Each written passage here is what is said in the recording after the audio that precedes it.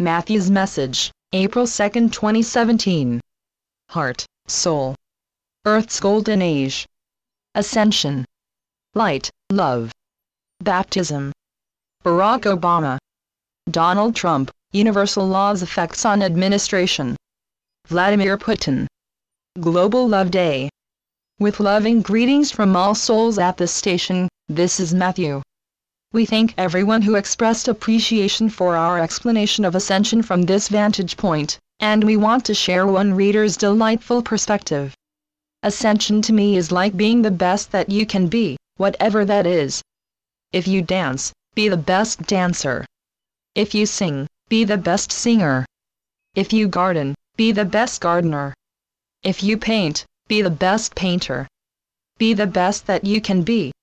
By being the best that you can be, you are restoring your soul energy, energy life force, and raising your vibrational frequency. This little light of mine, I'm gonna let it shine. I think the main content that needs to be reiterated is, stop looking outside of yourself for answers. Go within. The answers are inside. Connect with your heart, which is a powerful, divine organ. Indeed. Often we have urged you to heed your intuition, messages to the consciousness from the soul, wherein all truth is known. And in one of God's talks with my mother, he told her, the heart is the seat of the soul. The composition of the soul is the energy of love, and it is in the heart area where the love sensation is felt. It's with good reason that you say I love you with all my heart, and add little heart symbols to love notes and send heart-embellished valentines to people especially dear to you. Very informative, and thank you so much. What I still don't understand is where the golden age fits in ascension. Or does it? Oh yes, absolutely it fits in. Imagine Earth's ascension as a train that completely encircles the globe and its passengers as souls on their own ascension journey. About 80 years ago this train started inching along in virtual darkness, and everyone got aboard. Throughout the decades since then, the train picked up steam as it traveled around and around the world. Infants got on and people of all ages got off, and Earth became brighter and brighter. This train passenger trip will continue until Earth is brilliantly agleam and the glories of her golden age are in full bloom. This is the train's destination.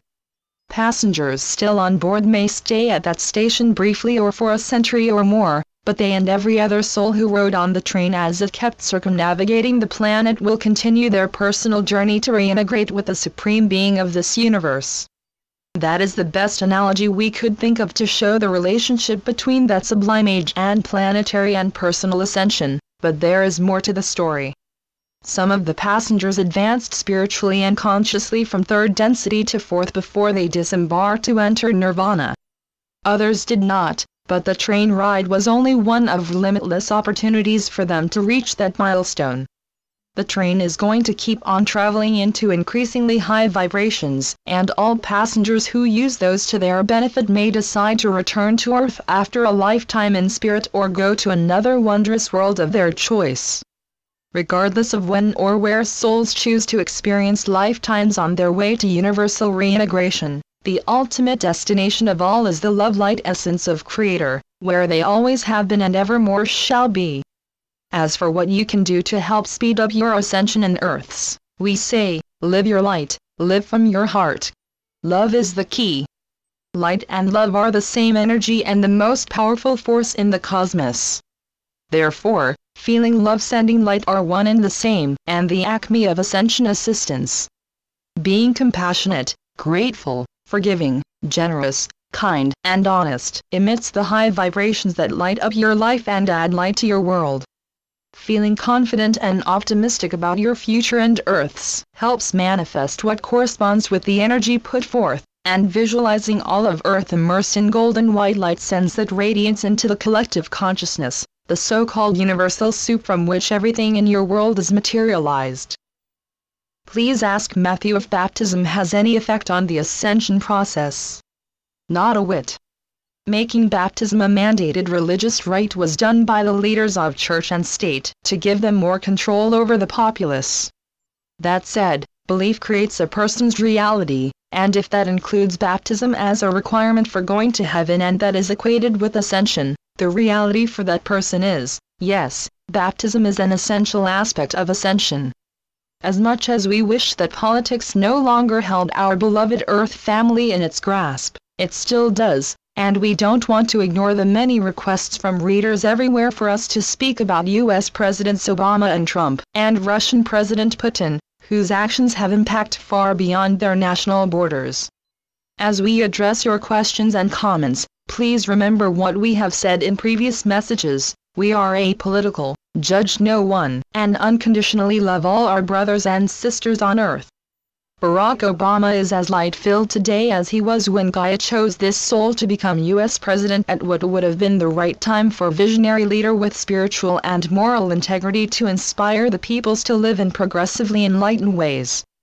The timing, your year 2008, was aligned with what the Golden Age master planners anticipated would correspond with the civilization's readiness in spiritual and conscious awareness.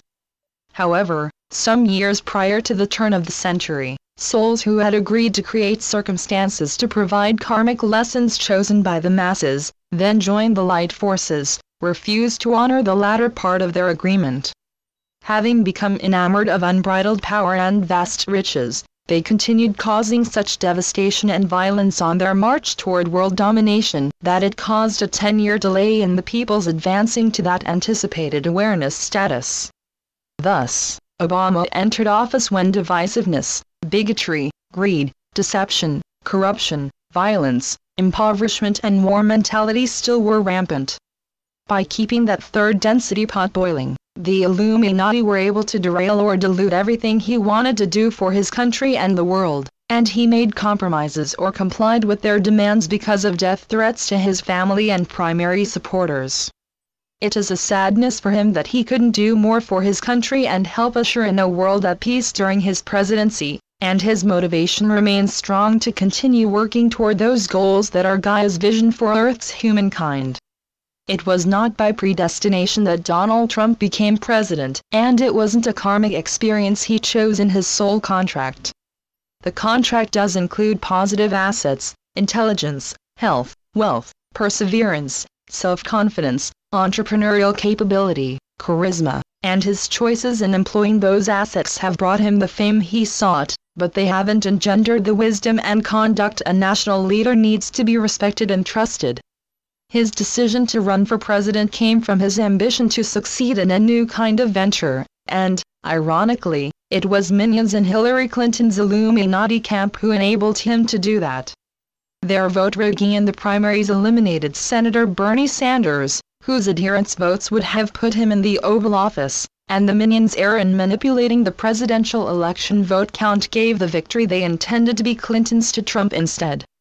But few people know that, so the finger is officially pointed at Russia for interfering in the U.S. electoral process, and it is implied that this was done with the collusion of the Trump campaign.